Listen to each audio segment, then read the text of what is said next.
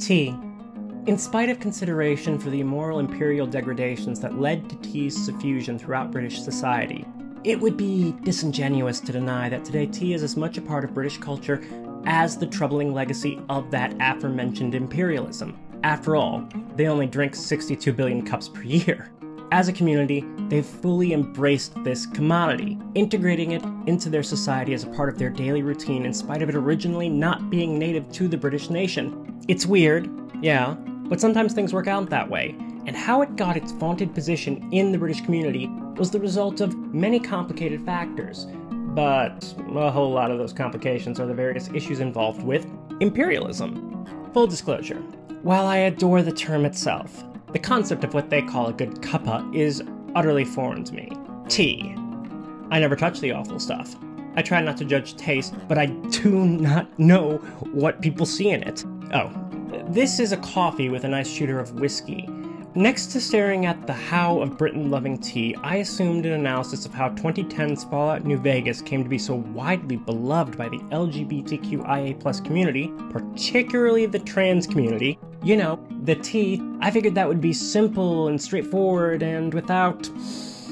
Look, while it isn't as complicated as Britain and tea, and it certainly doesn't contain any of the horrifying history and unethical practices for how it got there, let's just say I was wrong.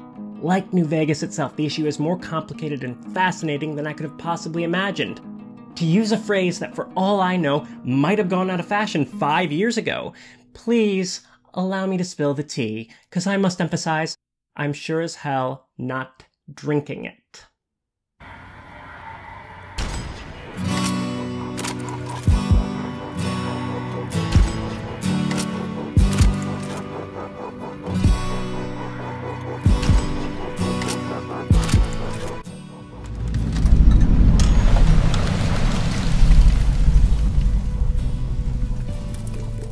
13 years post-publication with no remake, Obsidian's post-nuclear role-playing game Fallout New Vegas shows off every bleeding year. Popularly speaking, it is not considered a very good video game.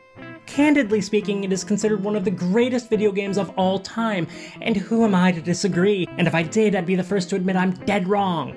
It starts with you, the courier, being shot in the head, then after a minor resurrection and character creation sequence, you are released to track the man who put a bullet in you through the dangerous and beguiling setting of the Mojave Wasteland. A wide open world with so many people to meet, choices to make, creatures to encounter, weapons to play with, unless you want to do a pacifist run, which, you know, I don't know why you would when you can do this.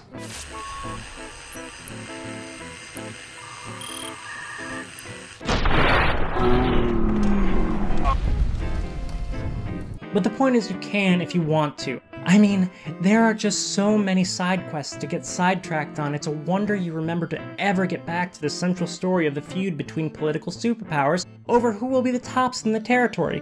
Of course, the answer to that question all comes down to you. It's your option. Fallout New Vegas is nothing less than a world of options. Which, you know, if you haven't played the game, I give you my full permission to pause this video, get to it, and come back later. Oh, I am just so excited for you. Don't forget to comment, like, share, subscribe, and clang that nonsensical bell to get alerts about new releases. Actually, if everyone would do that stuff, I'd really appreciate it. It really helps me and my lovable bunny Bula, because for every 10 subscribers I get, Bula gets a treat. If not for me, do it for them. Fact is, one could talk for hours about all this game has to offer, and people have. What I haven't seen anyone talk about so far, on YouTube at least, is just how exalted this game is in the trans community. Seriously, have you seen the memes? There are just so many delightful memes. The evidence before the court is incontrovertible. We love New Vegas. This isn't just me making a B83 out of an M80. I've seriously never spoken to a trans person who doesn't treat this game as a sort of sublime experience. Which, as a trans fan myself, when I found out to what extent we'd collectively embraced this game, I was like, oh, that's phenomenal. I love that game so much, and thank God. This is just such a load off my mind. Now I've got a topic to talk to other trans people about other than the fear and existential despair. But, why? Why do we love it so? We're a far more motley crew than the memes make us out to be, so why so many of us? You see, my freaky darlings, the Fallout franchise in toto could be considered years ahead of its time, but it's not just games. The Netherlands became the first country to legalize gay marriage in 2001. Everyone is so nice here. Fallout 2 did it in 1998. It was the earliest Western major market video game to do so, allowing either chosen one, male or female, to enter holy matrimony with Davin or Miria. Now, given its context, it's obvious the situation is intended to be humorous. It's a historic media moment that could be written off as nothing more than an optional gay joke, if that was all there was to say. Because Fallout 2 also contains other opportunities to flirt and/or enjoy passionate congress in the ways of the gays. What really makes the difference is how each Fallout that followed has had some degree of queer representation. I simply must mention the sweet 70-year lesbian couple Greta and Carol in Fallout 3, but especially for 2010. Fallout New Vegas took it to another level. It is super queer-friendly, with 3 well-written, well-rounded queer main characters, gay Arcade, lesbian Veronica, and swings both ways Rose of Sharon Cassidy. And unlike a lot of queer representation in games, they don't change their preferences based on what gender you're playing as. They are who they are, and have the preferences they have. Preferences which are not the only aspect of their natures, but only a part of them. You know, like actual queer people. Neither they nor the game is shy about who they like. If you get to know them, it does come up. The information isn't buried away the way it is in some media to prevent any overly sensitive straights from encountering anything icky. They're here, they're queer, and they will proudly and clearly let you know, yes, homo. And they're not the only ones. There are so many queer characters in FNB, including but not limited to Corporal Betsy, Red Lucy, Manny Vargas, and Jimmy. And, regardless of your courier's gender, there's a pair of perks that allows you to flirt and do plus 10% more damage against the gender of your preference. I, like many, try not to interpret if that says something or not, but if you take them both, you get to be bisexual. Now, I personally would have had these be in the traits section instead of something you have to spend your perks on. That said, they are fair about it. The price tag for these expanded interpersonal options is the same regardless of the player's preferences. And really, I also can't describe how happy I am these options are included.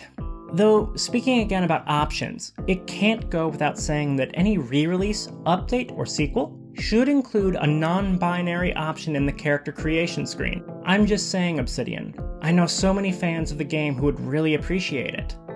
But yes, comparatively speaking, you could say the franchise has been super good to us.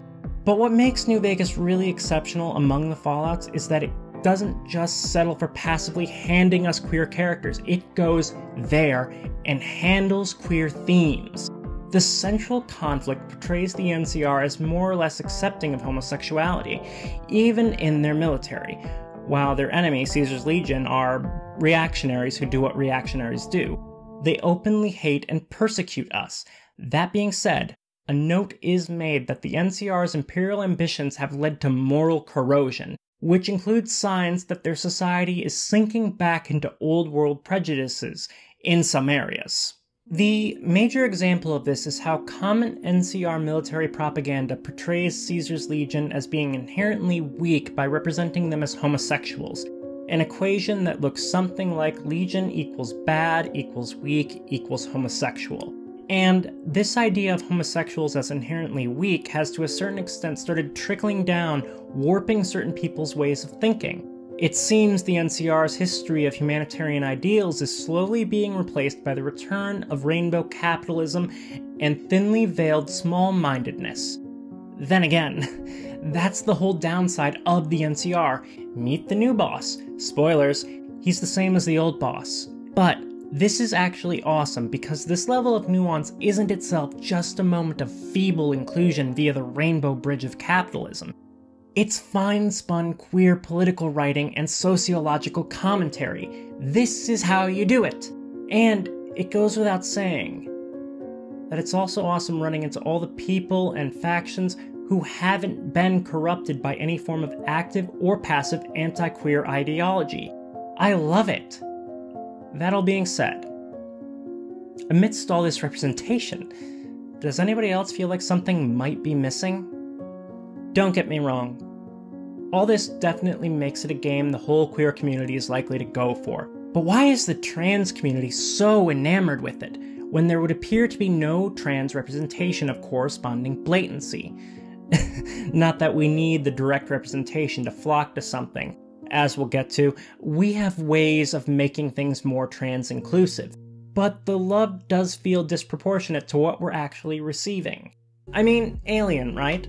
Alien has oodles of interesting gender and orientation things going on, and a canon trans character, but it doesn't have anywhere near the same kind of fanatical trans following. Why New Vegas? Why us? Well, that's the thing. Why can be answered with a reading of the material, but the equally or even more important / interesting question is one of how. How did it happen?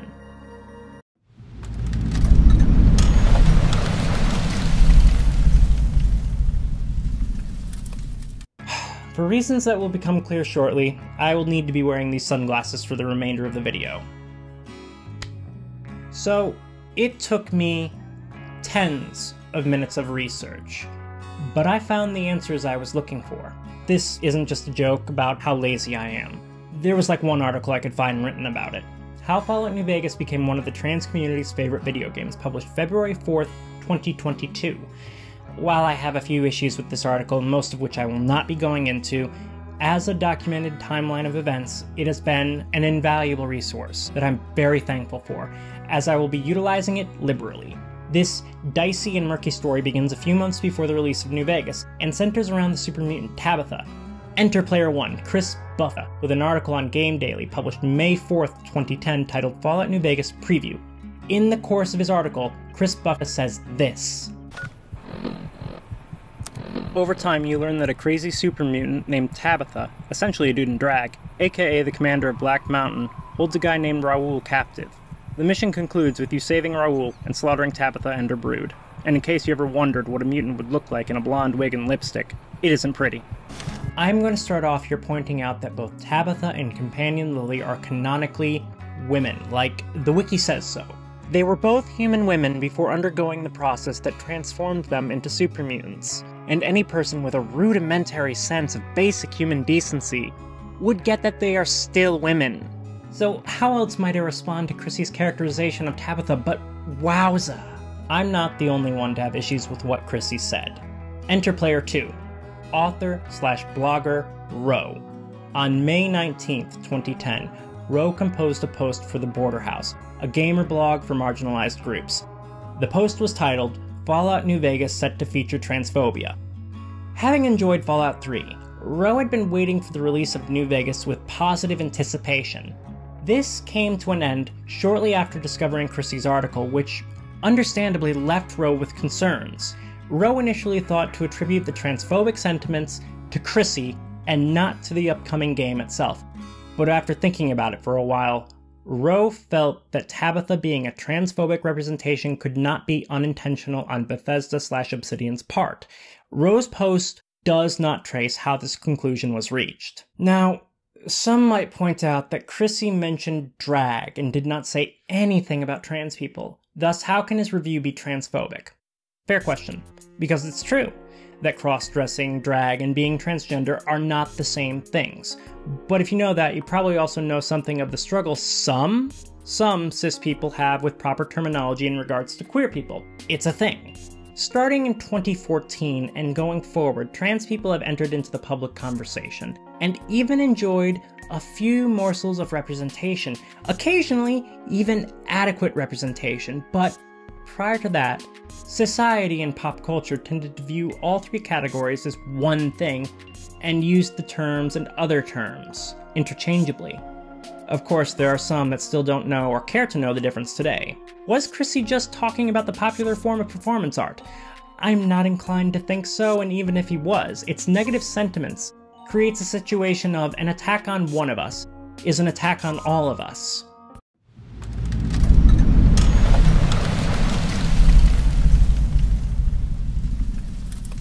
From here, however, Ro and I have a major disagreement. On one hand, similar to Ro, my first instinct when encountering this kind of thing is to give people the benefit of the doubt. But I have a second filter after that, which is the belief that subtext can always be unintentional. In fact, I'm mightily inclined to suspect most audience readings are. As an example, my favorite Stephen King novel, not his best or his scariest, but my favorite, is the much derided, including by the author himself, 1987 sci-fi horror masterpiece, The Tommyknockers. There's a lot of interesting stuff going on in Tommyknockers, but among them is how it symbolically reflects, how do I say this for YouTube?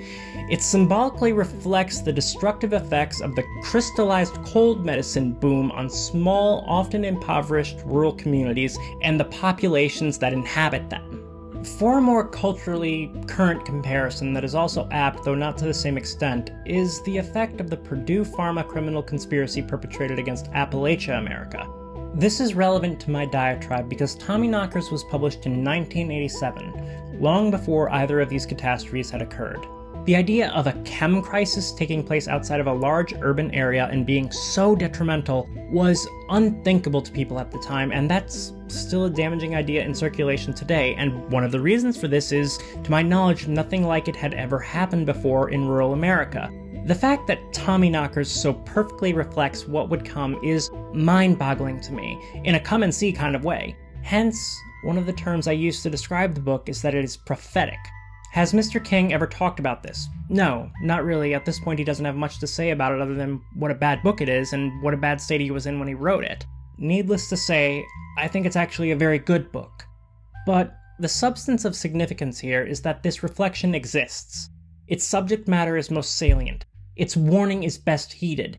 And none of that requires Mr. King's intent. This subject is far more complicated than I'm going to go into here. But in short, I think all fiction contains subtext. I think all fiction contains multitudes of subtext that readers are free to dig out.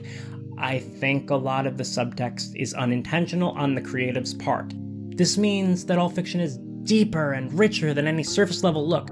That's kind of a principle for my entire channel, but the flip side to this is, for a number of reasons, there can be unintended harmful subtext.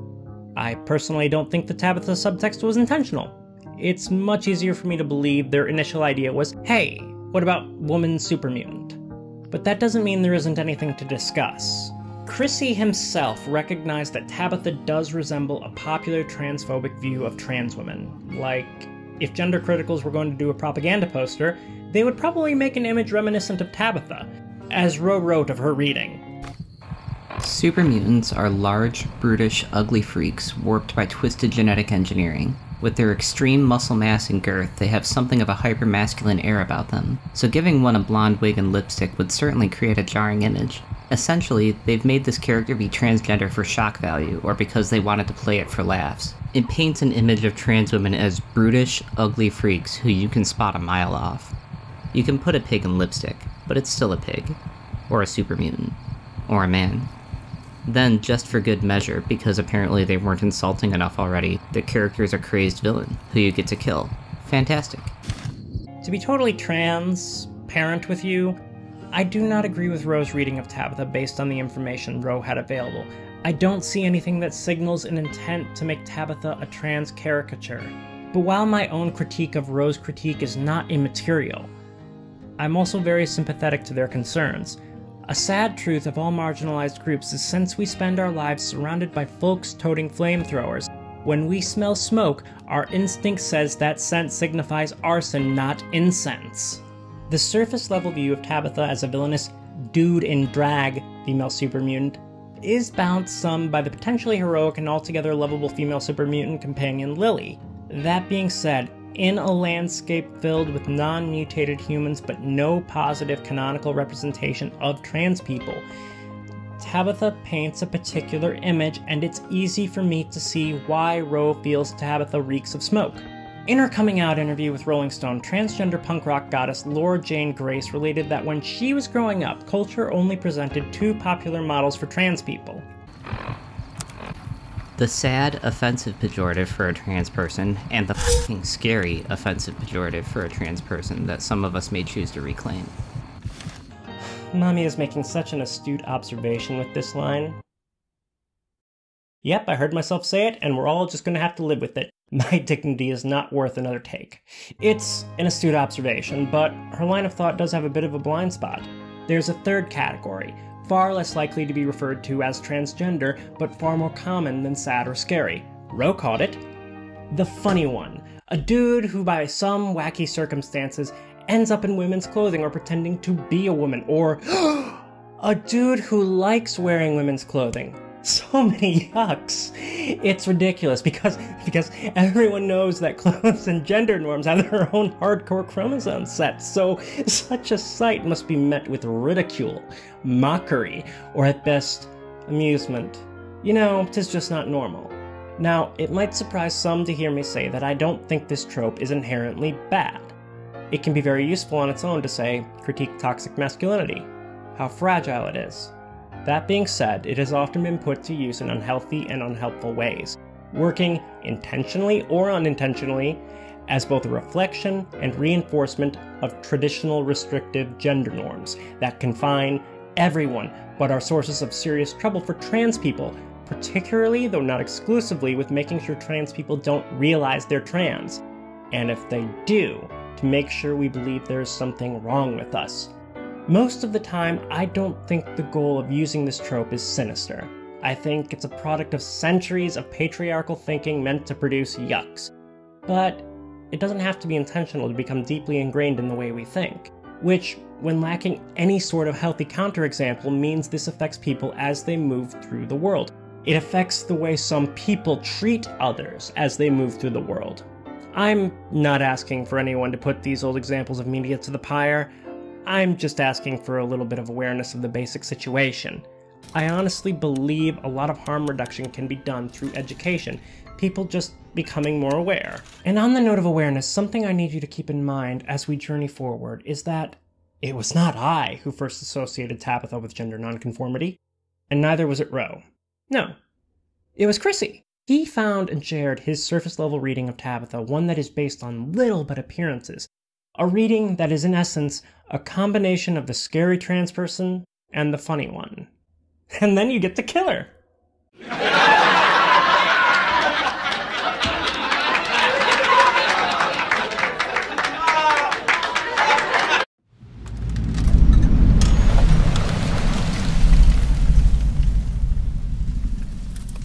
Roe went on to contact Bethesda with their concerns and received a response from Senior Community Manager Matt Grandstaff. Female humans who undergo transformation into supermutants effectively lose any external apparent biological sex characteristics associated with being female, i.e. they are indistinguishable from male humans who have undergone the same transformation. Arguably, all supermutants are monogender even if they retain some vestigial biological sex characteristics, since said characteristics no longer have any social or biological meaning in supermutant society, and because most of them lose all memory of their former lives. Tabitha wears a wig and glasses not because she is transgender, but because she has psychological identity problems that are rooted in her extensive use of stealth voice, a drug used in the universe of Fallout. Okay, so this response is not great. It doesn't address Roe's concerns, but uses lore to say there's nothing to worry about. To be frank, but call me Bambi, it's a lack of education on trans people I would expect from a company in 2010. Still, I also don't think it serves as evidence that Tabitha was intended as a caricature of a trans woman, but it does create another issue. Matthew, a trans person, messaged you about concerns that a character was a trans caricature, and you used mental illness as an explanation for the behavior of a canonically female character. The mentally ill argument is a fallacious explanation that's been around for a long time, and if you watch the news, you'll see it's still going around. You know, why wouldn't it be? Because gender identity disorder was only dropped from the Diagnostic and Statistical Manual of Mental Disorders in 2013. Yet, this is a good place for a wrinkle I haven't gotten to yet. I've said multiple times that New Vegas lacks direct canonical trans representation, but Leo, in his relationship with Lily, does call up certain questions. Leo is the grandmotherly Lily's alternate hyperviolent male self, a second personality that's the result of stealth boy usage. Yeah, given everything we've talked about, this doesn't exactly lend itself to a positive read either, though. If we accept Lily as she is meant to be accepted, as female, and we accept Leo as he is meant to be accepted, as male, the switch between gender identities between the two characters, especially given the super mutants' monogender biology, is fairly trans-themed, as in it's suggestive of what every trans person knows. Your gender is defined by what's between two things. Not your legs, but the left and right hemispheres of your brain. Matthew, I can't speak for Ro, but I would have been happy with... Chrissy does not speak for us, that's not what we intended. We're just doing female super mutants. Just as I'm sure you didn't intend how I just read Leo, and I will be reading Tabitha towards the end of the video. Which, some of you may be asking, how is it that I recognize Tabitha as resembling how transphobes imagine trans women, but do not consider her to be a transphobic caricature? Tabitha is designed to be visually monstrous, and transphobes see us as monsters, as lacking humanity. Because of that, there was always a chance she was going to resemble that construct. There is a long history of distaff counterpart monsters being designed by taking the male version and dropping on female symbols. It's not the only way to do it, but it is a fairly common one, particularly in the case of secondary characters. Now I ask you to consider the Wolfman, or werewolves, covered in hair, strong, animalistic, brutal. One path to design a female werewolf is to drop her in a dress like Winnie here. This path of design creates a character who resembles how transphobes think of trans women, but does that necessarily make it a transphobic caricature? Personally, I don't think that's enough, and there isn't enough there for Tabitha to be considered one either. Beyond the mental illness, Tabitha lacks all the traditional trans woman as monster traits. Tabitha does not stalk cis women. She doesn't have an abusive mother. There is no scene involving Tabitha and a murder in the bathroom. I don't need to agree with Ro to feel sympathy for how they ended up thinking how they did. I can easily imagine how they felt. Trans people continuously exist in a hostile political and media environment, so it's understandable that once Chrissy's comment put the idea in their head, Ro couldn't unsee it. Other than their experience playing Fallout 3, where super mutants are largely treated as dumb monsters to be mowed down, a presentation of super mutants that New Vegas contrasts with their diverse array of intelligent and even lovable super mutants, but other than that, Chrissy's comment on Tabitha is really all Ro had to develop their opinion. Ro did not have the game to acquire a wider context, and talking with Bethesda did not help. Bethesda's representative gave Ro one of the worst possible responses they could have. Thus, Ro couldn't unsee this particular vision of Tabitha, and of course, that vision would bother them. From here, we've got one more thing to go with Ro, then we'll be leaving the substance of their document behind.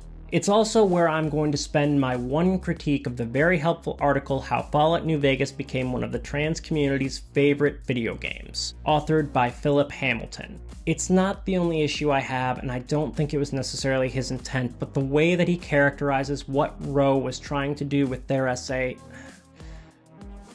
It's not just unfair. Having read what Ro wrote, it's also wrong. And to a certain extent, it seems to me to make Ro out to be the antagonist in this story. Philip concludes his article like this. What started as an attempt by a member of the LGBTQ+ community to effectively cancel the game for said community before it was even released arguably helped inspire exactly the opposite response, bringing to mind an old yet always relevant cliche about not judging a book by its cover, or in this case, a super mutant by its wig and sunglasses. We'll get to what happened with Ro's article shortly, but what I want to call your attention to is his claim that Ro was attempting to cancel the game. This is how Ro closed their article. The net result is that I'm not going to be buying New Vegas when it comes out. I'm a little sad about this because I had been looking forward to it, but there's no way I could bring myself to financially support this game anymore. Phil, with all due respect, I don't agree with Ro, but the idea of this being an attempted canceling is ludicrous to me. The mere image that it creates is anachronistic. It's a fair enough fault of logic to make. It's projecting current conditions backwards through time. The concept of calling for cancellation didn't really hit full societal popular profusion until I'd argue 2017 with the rise of the Me Too movement. If we stretch, maybe the earliest we could track the modern practice of the attempt to organize a large-scale campaign of boycotting and shunning that which we call canceling would be maybe 2014, 2015? I suppose you could argue Roe was going for some trailblazing and trend-setting, but really, I kinda think we should just take Roe at their words. All Roe said was they weren't going to buy and play the game. Not a word written encouraging others to follow their example. They're not even calling for a basic boycott. Roe isn't the antagonist in this story. If anyone started this, it was Chrissy, with his positively 2010 dude bro description of Tabitha. To me, his read says something more about Chrissy himself. Not about trans people, not about drag queens, not about Bethesda or Obsidian, and not about Tabitha. It says something, at least, about the way he was thinking in 2010. Can't say for now. I have no idea what his views might be today. Allow me to be clear. While I'm getting my sharp little jabs in here and there at Chrissy, this isn't a video designed to be a call-out. Thus far, that isn't really what my channel is designed to do. My bites are meant for 2010 Chrissy and not the Chrissy of today. 13 years is a long time. A lot happens, things change. I sure as didn't know I was trans in 2010. For all I know, Chrissy could have had a similar experience to mine in those intervening years. But shall we once more into the breach and see what the Chrissy of 2010 wrought?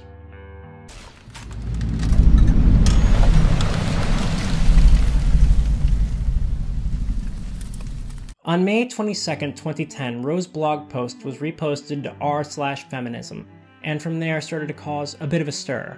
Opinions abounded about the article's contents. This of course provoked clamorous debate between the trans-allied, and transphobic viewpoints.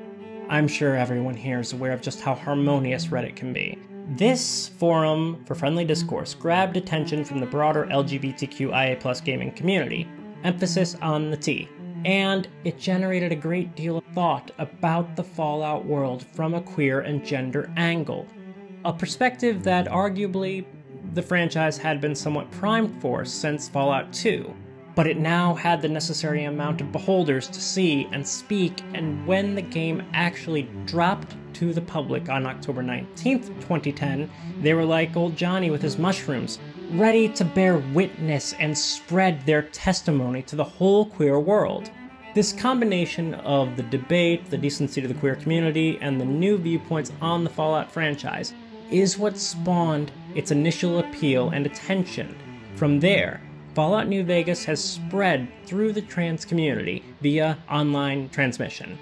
But it must be said, it's the contents of the game itself that has sustained its high place all these years later. 'Cause, as the memes will tell you, these days, every cracked or uncracked egg played or is playing New Vegas, which is why, as a cracked egg myself, I have an admission to make. Look, while I've spent all this time arguing Tabitha is not a transphobic caricature based on the information Roe had available in 2010, and with all the information available, I still don't see her as one.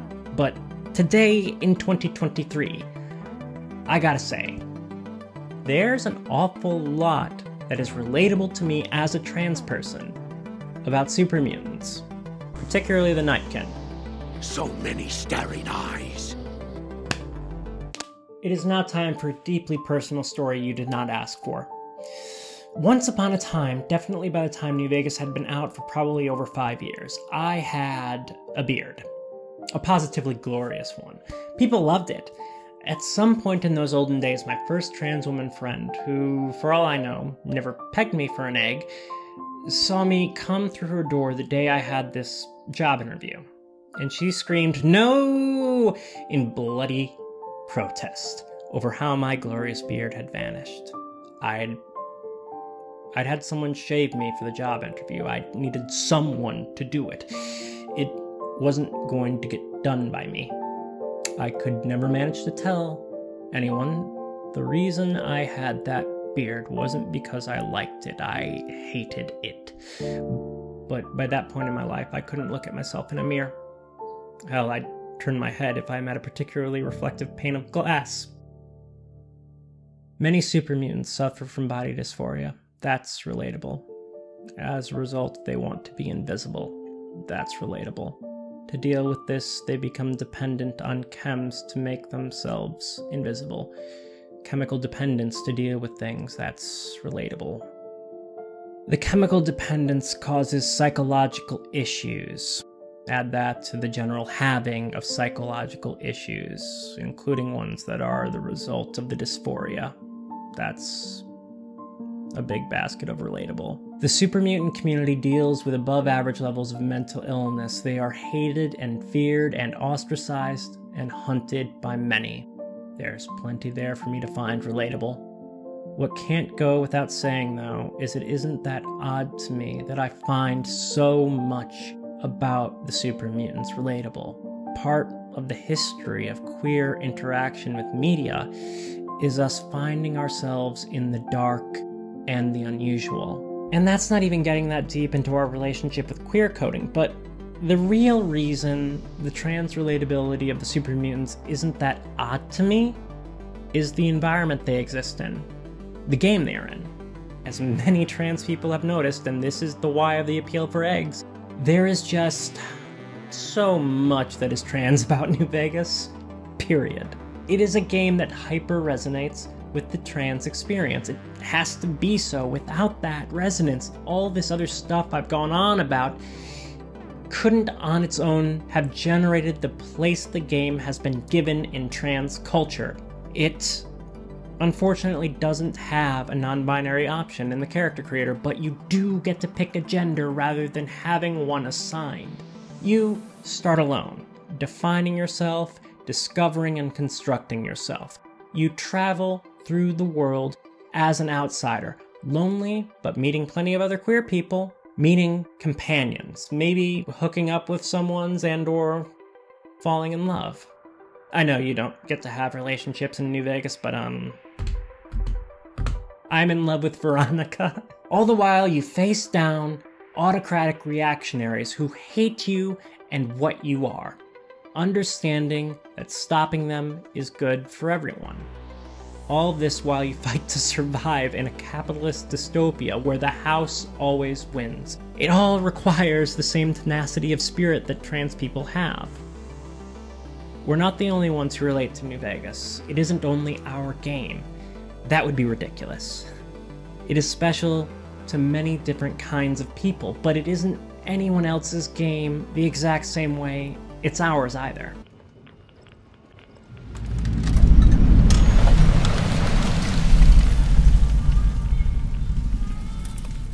Learning how all this happened has perhaps unfairly cast a somewhat negative light on Tabitha.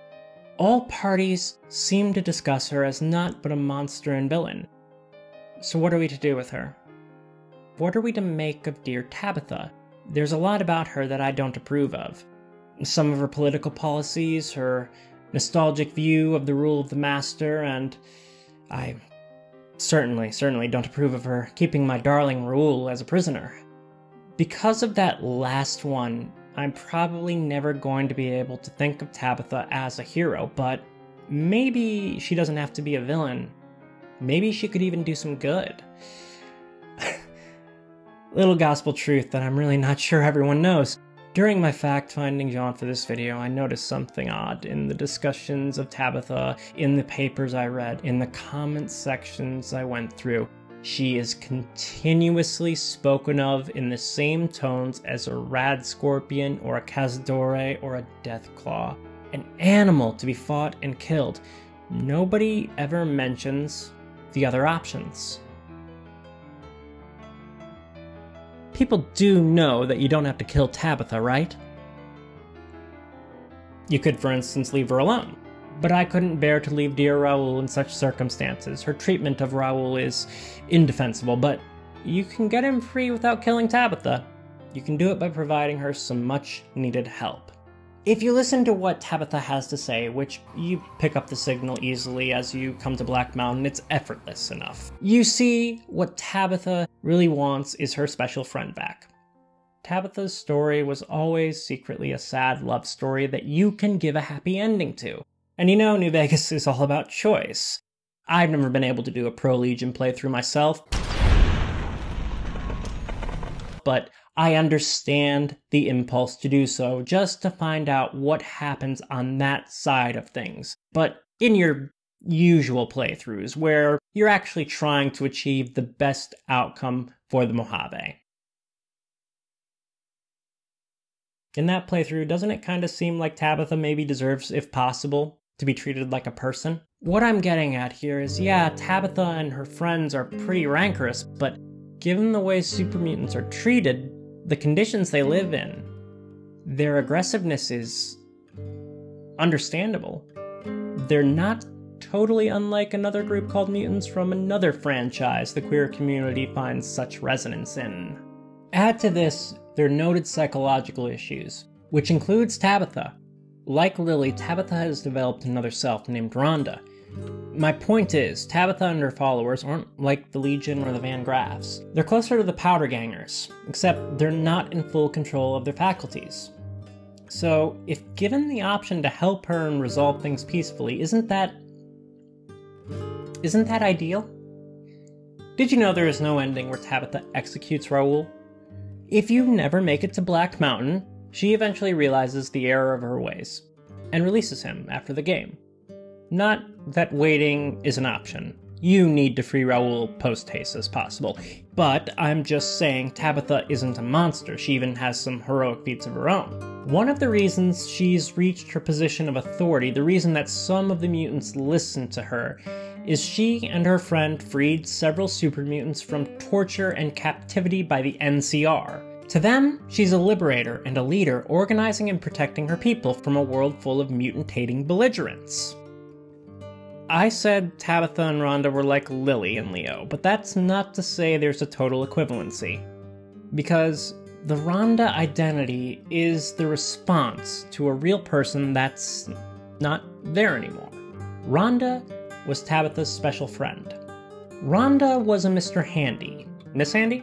She was Tabitha's forever roommate, who helped to stabilize Tabitha's mental state, but she'd been forced to shut down by the start of the game after incurring severe damage, leading Tabitha's mind to suffer serious deterioration.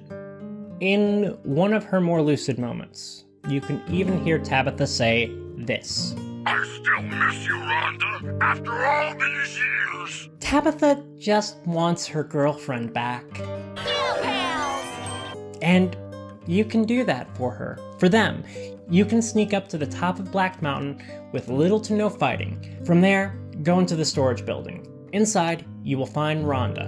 And with a science skill of 60, you just fix her, and then Tabitha's quest is over. When you come out of storage, Tabitha is so happy she gives you all the keys you'll need to loot the place. You can free Raoul without violence. You'll even get some good karma points, which, I'm always in need of because of how much stuff I steal. From there, with Tabitha and Rhonda reunited, at last they leave Black Mountain together. Just the two of them. I'm making their relationship out to be sapphic because that's what it is. The other super mutants will leave as well, heading towards the super mutant sanctuary in Jacobstown, which includes possible treatment, which is very good because as committed as I am to talking Tabitha up, and she's done a good or at least understandable job considering the circumstances, Marcus is definitely the leader the super mutants need for them to find peace in the Mojave. And it gets even better. In the epilogue of the game, you find out what destiny has in store for Tabitha and Rhonda.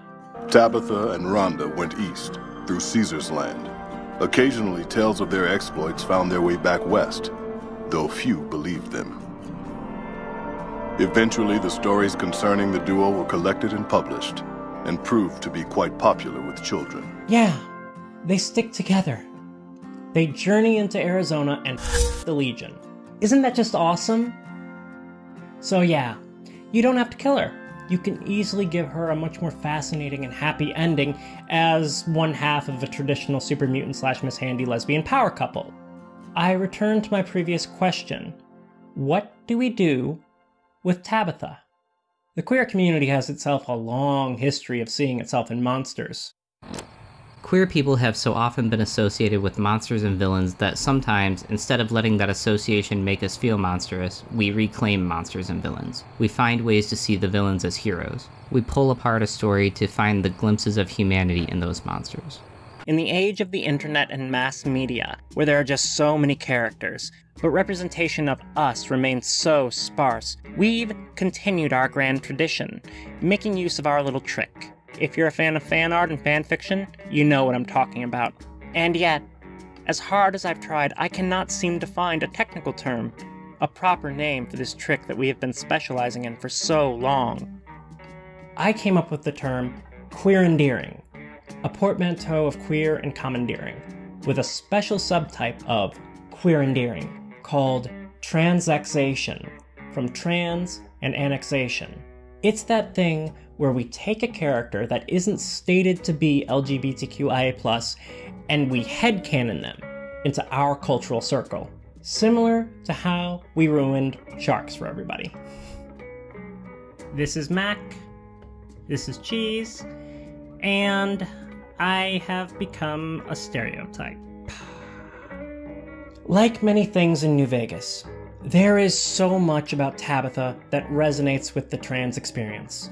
As I previously mentioned, canonically, before they were changed, Tabitha and Lily were both human women, but nobody specified that they were cisgender human women. So I say, we transex Tabitha. This proud, beautiful, unusual, troubled, complicated, liberator, leader, orator, protector, radio shock jock, trans lesbian adventurer. She's not good, undeniable canonical representation, but I say we love her and celebrate her as one of us. Our community is living at a time in the world where we have once more become widely known. That's good. But others are often apathetic to our suffering, if not outright inimical to our very existence. Ooh, that's bad. It's a world with so many legionnaires who look at us just like Caesar's Legion looks at super mutants. In such a world as this, at such a time as this, Tabitha's ferocious loving survivor spirit is a reminder of our history and our nature. Tabitha doesn't care what you think of her. She knows she is glorious. She is a reminder that the struggle for queer rights, for trans rights, did not begin with us strutting across stages for interviews, appearing angelically acceptable to cis-hetero eyes, groveling for a thin veneer of begrudging cis-hetero tolerance. No. We should hug Tabitha and keep her close to our hearts, because like her, we began utterly unacceptable, outrageous, ferocious, holding on to each other with one hand and throwing bricks with the other.